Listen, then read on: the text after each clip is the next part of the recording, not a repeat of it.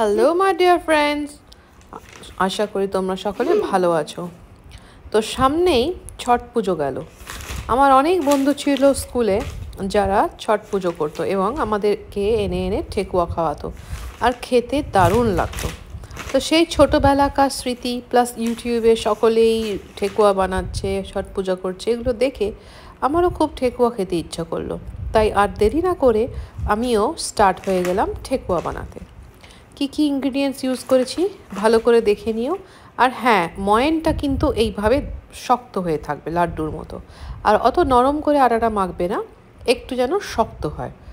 শক্ত আটা কিছুক্ষণ রেখে দিয়ে এরকম দেখো লাড্ডুর মতো করে করে নিয়ে ছোট ছোট লেচি কেটে চ্যাপটা করে, যাদের কাছে তোমাদের বাড়িতে ডাইস থাকে পিঠে বানানোর, ওই ডাইস ইউজ করতে পারো, বা ঠেকুয়া বানানোর পার্টিকুলার ডাইস পাওয়া যায় সেটাও ইউজ করতে পারো, বা কাঁটা চামচ দিয়ে তুমি ওপরে ডিজাইন করতে পারো। খুব ধীরে তাপে এটা তোমাকে ভাজতে হবে। তারপরে এই দেখো এইভাবে আমি ঠেকুয়াটা গোল গোল করে নিয়ে কাঁটা চামচের সাহায্যে ওপরে জাস্ট একটু ডিজাইন করে, সেরম কোনো আমাদের ফ্যান্সি ডিজাইন করতে হবে না, কাজ চালানো মতো হলেই হলো। যতক্ষণ আমি ডিজাইনগুলো বানাচ্ছি ততক্ষণে আমার তেলটাও গরম হয়ে গেছে। দেখো মোটামুটি এরকমভাবে আমি চেষ্টা করেছি, আমি এক্সপার্ট নই বাট ফার্স্ট টাইম ট্রাই করছি। তো এবার আমরা তেলটা ভালো করে গরম করে নিয়ে তেলে ছেড়ে দিলাম। বেশি জোরে তেলে ছাড়বে না, মিডিয়াম হিটে আস্তে আস্তে ভাজতে হবে, কেননা এটা ভিতরটাও আমাদেরকে পুরোপুরি ভাজতে হবে, তাহলেই তো সুন্দর খাস্তা মুচমুচে ঠেকুয়া হবে।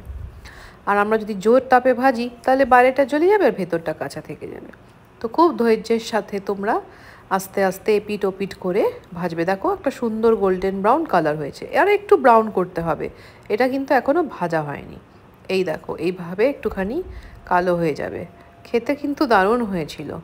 তো বন্ধুরা জানিও তোমরা ভিডিওটা কেমন লাগলো, আর যারা নতুন বন্ধু আমার পাশে আছো, যোগ দিয়েছো আমার পরিবারে, থ্যাংক ইউ সো মাচ। আর যারা পুরনো বন্ধু প্রথম থেকে আমাকে সাপোর্ট করছো তাদেরকেও দিল সে thank you. Stay tuned for more videos.